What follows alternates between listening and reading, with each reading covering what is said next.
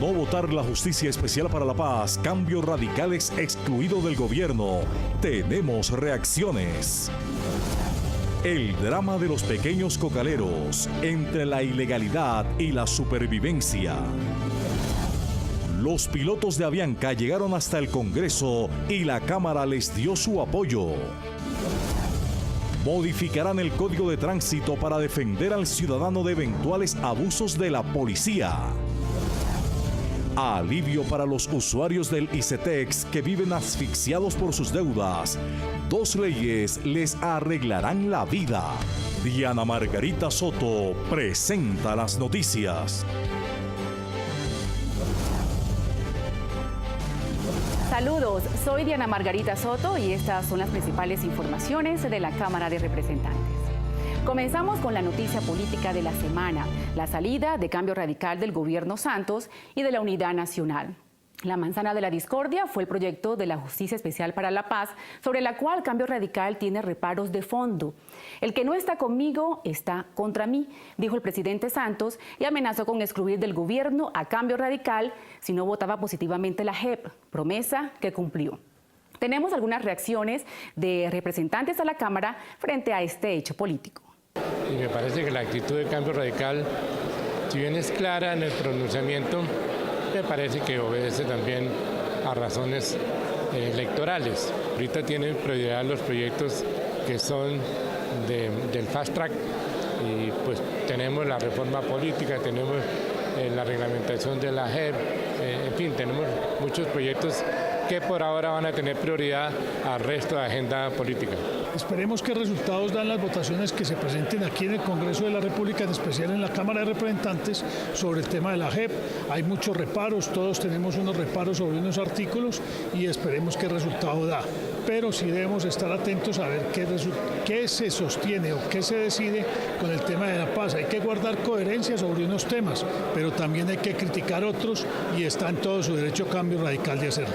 Sin preocuparnos porque ellos no hagan parte de la unidad nacional, lo único que esperaríamos, lo único que le pediríamos al señor presidente de la Cámara es garantías. Él está en representación de un partido que no está con estas iniciativas, que nos deje tomar las determinaciones que la plenaria tenga bien tomarlas en una u otra dirección. A pesar de que las comisiones primeras del Congreso aprobaron en primer debate los 162 artículos de la Justicia Especial para la Paz, quedan preocupaciones en el ambiente. Una de ellas es la posible violación de algunos derechos por parte de los magistrados y fiscales que juzgarán a los excombatientes de las FARC, militares y a civiles. Son varias las inquietudes del fiscal Néstor Humberto Martínez tras la aprobación de la JEP en primer debate, pero advierte sobre un artículo en especial que podría violar derechos fundamentales, mientras los magistrados recogen las pruebas de los crímenes que deberán condenar. El ponente del proyecto de la JEP, el representante Hernán Penagos, tiene la misma preocupación. El fiscal general tiene razón, y es que no se le pueden otorgar facultades a los magistrados de la JEP para suspender los derechos fundamentales de los ciudadanos mientras se practican unas pruebas. Y no se puede hacer porque esa atribución se da en la justicia ordinaria, pero cuando existe un juez de garantías, en este caso sería el mismo magistrado el que suspende los derechos y el mismo magistrado el que evalúa si hay o no violación de ellos. Así que a mi modo de ver es un artículo peligroso. Este polémico artículo permitiría interceptar llamadas y seguir la huella de las personas a través de Internet. El partido Cambio Radical ha pedido eliminar este artículo y dejó claro una vez más que apoya el proceso de paz, pero deben ser cuidadosos con la implementación de los acuerdos. La JEP no puede ser para darle libertad a los que secuestraron, destruyeron pueblos, traquetearon, y que la gente honorable pueda ser interceptada, le pueden privar su libertad. Nos preocupa que puedan hacer política sin haber pasado por la JEP. ¿Qué se acordó? Que no van a tener muerte política, pero una cosa diferente es que no paguen ninguna pena, no digan la verdad, no se comprometan a entregar todos los secuestrados, todos los niños, antes de venir al Congreso de la República. Para el Centro Democrático, la JEP, tal como está hoy, no sirve para condenar los delitos atroces de las FARC. No se les va a juzgar ni a condenar por haber seguido delinquiendo. Y el gobierno, por complacer a las FARC, sigue manipulando sus mayorías cada vez más escasas para seguir protegiendo a las FARC. Miren los perfiles de quienes han sido nombrados magistrados, la mayoría de extrema izquierda. ¿Qué garantías tenemos los civiles? Los militares obviamente ninguna, pero aquí los únicos que tienen garantías son los criminales de las FARC. Ya se nombró al fiscal de la JEP, Giovanni Álvarez Santoyo, quien deberá investigar a quienes no reconozcan su responsabilidad en crímenes de lesa humanidad. Mientras tanto, la JEP seguirá su arduo camino en las plenarias de Senado y Cámara. Finalmente, será la Corte Constitucional quien tenga la última palabra sobre la JEP. La nefasta masacre de al menos 6 personas ocurrida en Tumaco pone sobre el tapete la problemática de los pequeños cultivadores de coca, familias que no tienen otra cosa que hacer para poder subsistir. Los hechos en Tumaco, que dejaron al menos 6 muertos y cerca de 50 heridos, dejan de manifiesto una grave problemática social respecto a la sustitución de cultivos ilícitos. Este cultivo ha tenido un gran aumento, superando las 150.000 hectáreas en el último año. Los departamentos de Nariño y Cauca tienen las mayores extensiones dedicadas a esa siembra.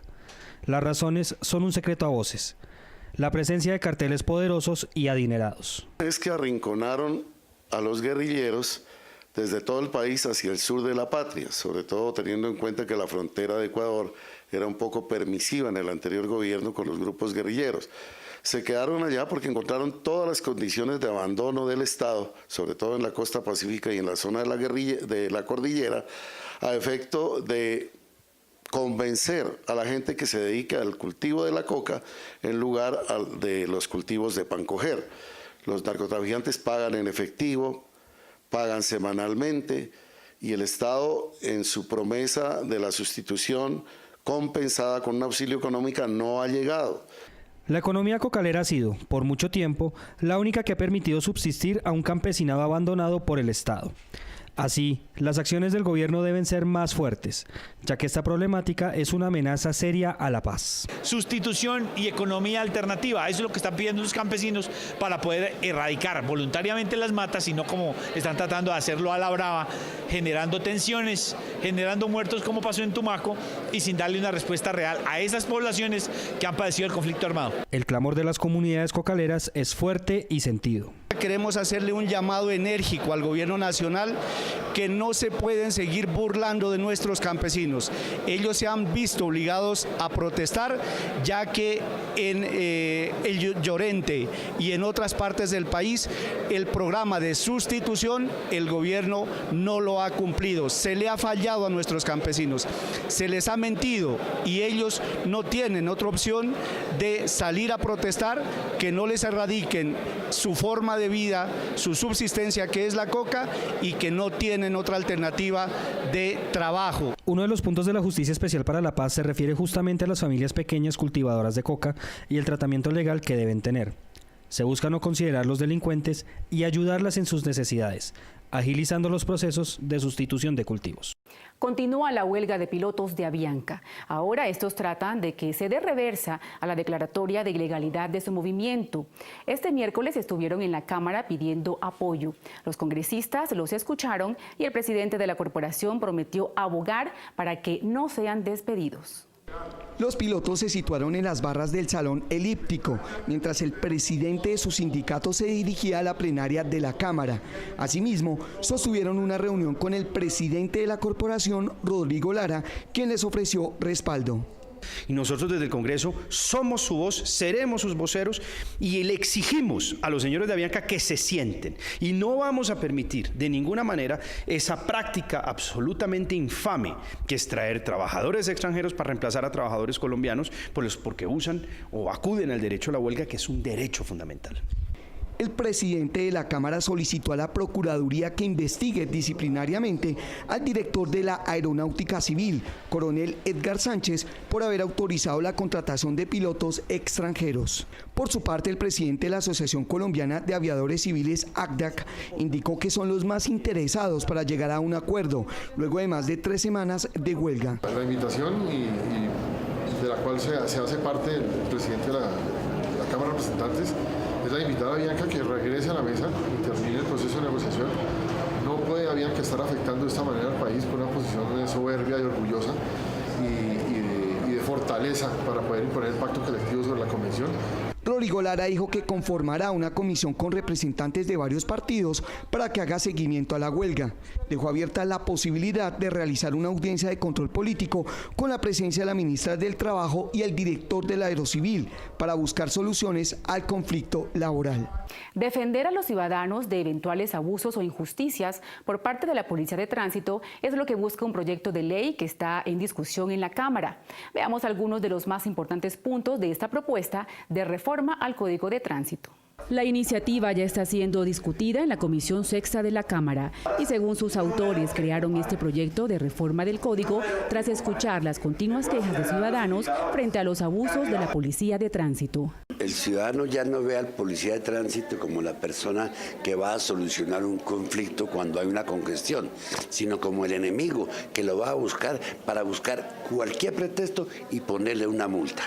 ¿Qué razón hay para que llegue una grúa a las 3 de la mañana a un barrio, un ejemplo, La Esmeralda o Pablo VI, a llevarse un carro que está parqueado frente a la casa del residente y que no está estorbando a nadie?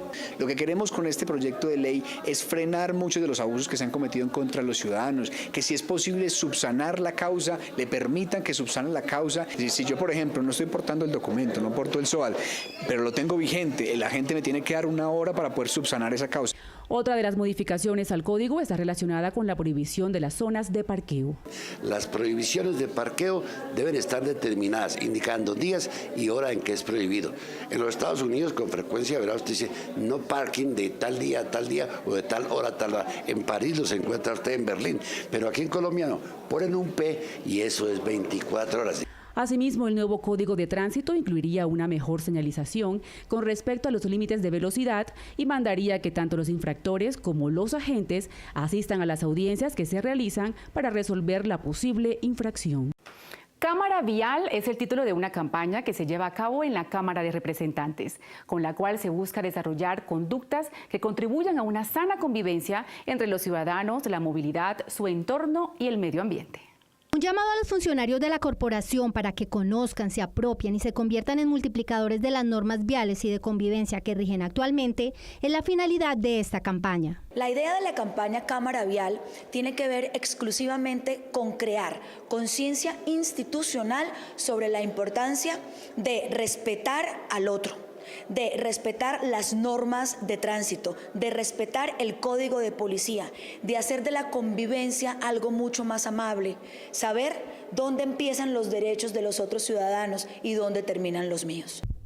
La Cámara de Representantes y la Secretaría de Seguridad y Convivencia del Distrito buscan que los funcionarios de la entidad se conviertan en artífices de cultura ciudadana por medio del conocimiento del Código Nacional de Policía y Convivencia. Que sea un libro de consulta, un libro de lectura casi que obligado en la casa, en los colegios, en los espacios laborales, para que tengamos un conocimiento claro de a qué nos enfrentamos cuando salimos a la calle, cuáles son nuestros deberes, cuáles son nuestros derechos, pero que siempre tengamos muy claro que el respeto, la tolerancia son pilares fundamentales para esta sociedad. Dentro de esta campaña está previsto realizar nuevos talleres y actividades pedagógicas con el fin de formar más multiplicadores de estas buenas prácticas, no solo hacia el interior de la corporación, sino también hacia el ámbito externo. Granada, en el departamento del Meta, podría ser el tercer municipio del país que le diga no a la exploración y explotación de hidrocarburos en su territorio. Los otros son Tauramena en el Casanare y Cumaral también en el Meta. La decisión la tomarán los granadinos en la consulta popular convocada para este 22 de octubre. Con la asistencia de los Ministerios de Minas, Ambiente, Agricultura, la dirección de la Agencia Nacional de Licencias Ambientales y Ecopetrol, la Comisión Quinta de la Cámara sesionó esta semana en Granada, con el fin de plantear a la comunidad diferentes alternativas que le permitan tener un mejor criterio a la hora de votar. Pero ya hay elementos de juicio para que ellos tengan en cuenta, pues primero porque hay que ver que es un aumento en los ingresos del departamento, un aumento en las divisas del país, Sin embargo, hay que buscar el punto intermedio en lo que es amigable con el medio ambiente, en lo que es amigable con las comunidades, y segundo, que en el sistema general de regalías tengamos una mejor opción que le dé progreso, salud y bienestar al departamento. Ambientalistas consideran nefasta la incursión petrolera en la región del Ariari, cuya vocación es eminentemente agrícola por la riqueza de su suelo. En estas tierras ya se están llevando a cabo proyectos de cultivos productivos que la convertirían en la despensa agrícola del centro del país. La comisión accidental creada en la Cámara de Representantes para estudiar la situación del sector textilero presentó su informe y anunció acciones precisas para salvar esa industria. Los fabricantes de telas están quebrándose debido principalmente al contrabando y a las importaciones desde China. La Comisión Accidental planteó medidas para evitar que el sector siga siendo afectado por el contrabando, el alto costo de producción y los tratados de libre comercio. En la reunión también estuvieron representantes de la DIAN, el Ministerio de Comercio, la Policía Aduanera y de la Cámara Colombiana de la Confección. Una de las principales propuestas fue fortalecer la normatividad en el gremio. Señalaron la necesidad del control a las cadenas de grandes superficies en el tema de marquillas y la exigencia de una reglamentación mucho más fuerte que permita ser competitivo el sector. La Comisión también anunció su descentralización y la necesidad de controles más estrictos. Vamos a ir a la ciudad de Medellín, a la ciudad de Ibagué, a discutir y a escuchar la experiencia de los empresarios y de los textileros y de los confeccionistas que viven cada día ese flagelo y ese problema. La segunda, una solicitud de endurecimiento de todos los controles para poder salvar la temporada de diciembre. Adicionalmente, se anunció la revisión de los decretos expedidos por el gobierno para la protección del gremio. Según cifras del DANE confirmadas por la Cámara Colombiana de la Confección, se han perdido 120.000 empleos por esta problemática. La ley que determinó que a partir de las 9 de la noche se deban pagar horas extras fue demandada ante la Corte Constitucional. La buena noticia es que con la demanda se busca que el horario nocturno comience más temprano. Una reciente ley de la República fijó a las 9 de la noche el inicio de la jornada laboral nocturna, a partir de la cual los trabajadores deben recibir un recargo. Pero la ley fue demandada porque, según los promotores de la demanda, las 9 es aún demasiado tarde. Vamos a insistir en la Corte Constitucional para que la jornada empiece a reconocerse el recargo nocturno desde las 6 de la tarde. Lo que se busca con esta acción es proteger los derechos de aproximadamente 500.000 trabajadores, en la medida que estas dos leyes establecieron un régimen laboral flexible con el propósito de generar empleo que efectivamente no se cumplió. Y no solamente no se cumplió, sino que afectó el régimen laboral existente, que era más favorable. Significa eso que se está afectando o vulnerando principios constitucionales. La Corte Constitucional ya había hecho un control sobre esta ley, pero no había tenido en cuenta los argumentos que ahora se exponen por parte de los accionantes. Si usted o alguien de su familia es uno de esos deudores del ICETEX que se siente asfixiado por su deuda, esta noticia le interesa. 2 proyectos de ley están avanzando en el Congreso para darles alivio y hacer más llevaderas esas obligaciones financieras. La Cámara de Representantes tramita 2 iniciativas legislativas que beneficiarían a cerca de 400.000 colombianos usuarios del ICETEX. Primero, con un proyecto de ley que ya pasó a cuarto debate, es decir, a último debate, que elimina el traslado del costo de los chepitos del ICETEX. No podrán seguir pidiéndole al estudiante que cae en mora el 10% de la cuota o del monto en deuda para poder restablecer su situación. Eso es un negocio inmoral. Y en segundo lugar, presentamos con varios colegas un proyecto que establece una cuota contingente al ingreso. Es decir, si un muchacho se gana 1.600.000 pesos, ese muchacho va a pagar el 20% de ese 1.600.000 pesos, no pagará un peso más. Beneficiarios del ICETEX mostraron su complacencia frente a las iniciativas de ley. Me parece muy buena y ojalá que el resultado sea favorable, porque pues nos alivia el aporte que tenemos que hacer económico. Pues es que es muy bueno porque los intereses siempre como que abarcan mucho para el beneficiario, entonces me parece muy bueno que se redujera o se quitaran totalmente los intereses. Me parece un proyecto muy bueno, una propuesta excelente, porque pues yo soy beneficiaria, terminé mi carrera y pues ahorita llega el pago, entonces pues que reduzcan los intereses sería muy bueno para todos los estudiantes, no solo para los que ya terminamos, sino para los que vienen detrás de nosotros. En Colombia existen cerca de 49.000 personas quienes adeudan al ICETEX cerca de 414.200 millones de pesos. Ahora demos un vistazo a otras noticias de la Cámara. En debate de control político sobre el cáncer infantil en Colombia, se alzó la voz sobre la importancia de ampliar programas de seguimiento, registro y documentación para salvar la vida de más niños en nuestro país. Cerca del 60% de los niños diagnosticados fallecen por factores que podrían prevenirse.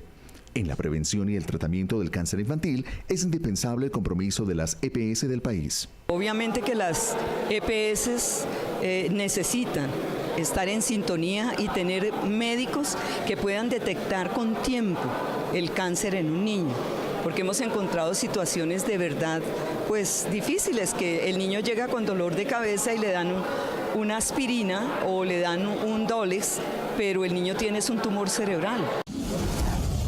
El Capitolio Nacional recibió esta semana la visita de un grupo de miembros de la Fundación Sueca Ancla.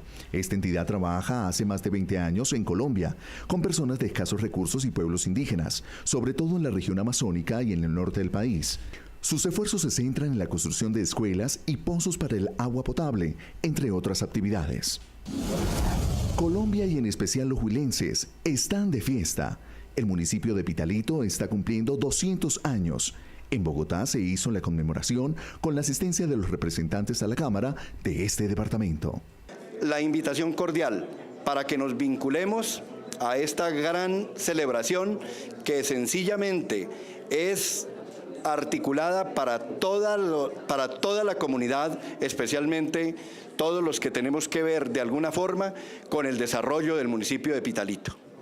Así terminamos por hoy. En 7 días volveremos con las últimas informaciones de la Cámara de Representantes.